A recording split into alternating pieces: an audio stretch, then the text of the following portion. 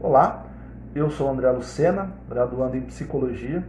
Nesse vídeo eu estarei dando continuidade ao tema Adolescência e o Suicídio. E o nosso conteúdo está embasado neste material aqui, Terapia Cognitivo-Comportamental para Pacientes Suicidas, que tem como autores a Wenzel, o Brown e o pai da terapia cognitivo-comportamental, o Aaron Beck.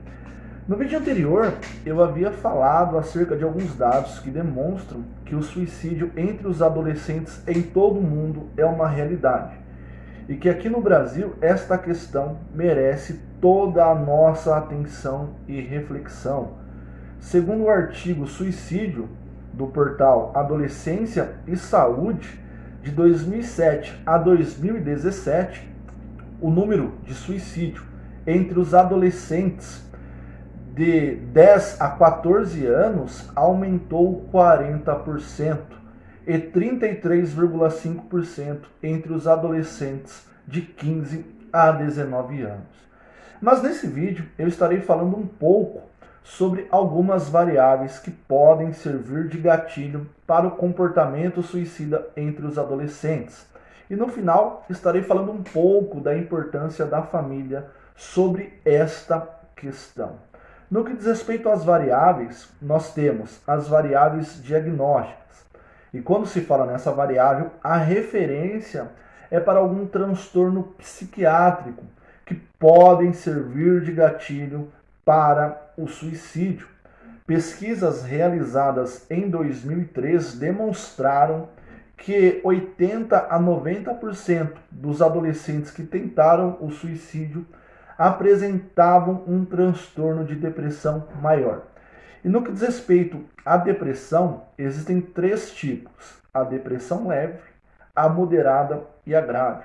Futuramente eu estarei tratando este assunto aqui no canal. Além da depressão, há outros transtornos que podem servir de gatilho para o comportamento suicida na adolescência, como por exemplo a adicção e o transtorno de conduta. Nós temos as variáveis relacionadas ao suicídio. Ainda que alguns clínicos defendam a ideia de que os adolescentes cometem o suicídio para chamar a atenção, a maioria dos adolescentes relatam que tentaram o suicídio porque viam a sua situação como perturbadora, dolorosa demais. Eles enxergavam o suicídio como uma fuga.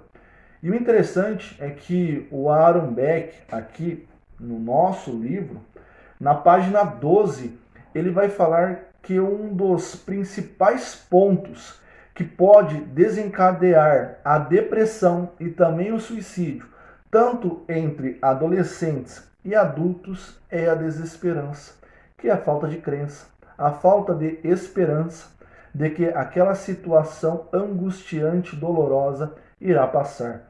Olha só o que ele vai dizer na página 12. No início do meu trabalho, tornei-me consciente do papel central da desesperança ou expectativas negativas para o futuro em meus pacientes depressivos. Observei que, quanto maior a desesperança, maior o desejo desses pacientes se matarem.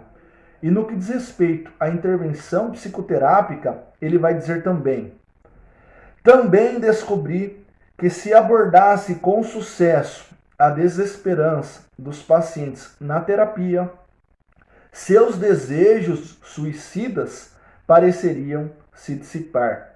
Na página 14, ele vai seguir dizendo: esse achado sugere que a desesperança deve ser um alvo-chave no tratamento e que uma tentativa vigorosa deve ser feita para tentar manter esse grupo de alto risco em tratamento. Variáveis sociais.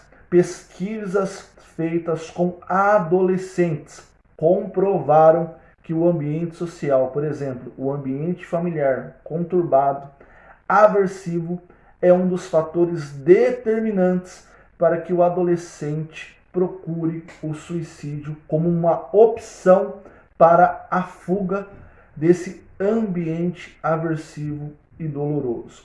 E é justamente o que os autores da nossa obra aqui vão defender. Na página 199, eles vão dizer assim: uma característica relativamente única da pesquisa com adolescentes suicidas é um maior foco nas variáveis sociais, já que o ambiente social, por exemplo, a família, é muitas vezes central para explicar episódios agudos de perturbação dos adolescentes. As características do ambiente social dos adolescentes podem fazê-los vulneráveis a atos suicidas. E os autores, eles vão apresentar pelo menos 4 pontos negativos que podem cooperar para o comportamento suicida. Além disso, os relacionamentos familiares dos adolescentes suicidas são, muitas vezes, caracterizados por conflitos, por hostilidade, pela falta de comunicação e pela percebida falta de apoio. E eu estarei encerrando esse vídeo pedindo para você refletir acerca desses 4 pontos: conflitos, hostilidade, falta de comunicação e falta de apoio.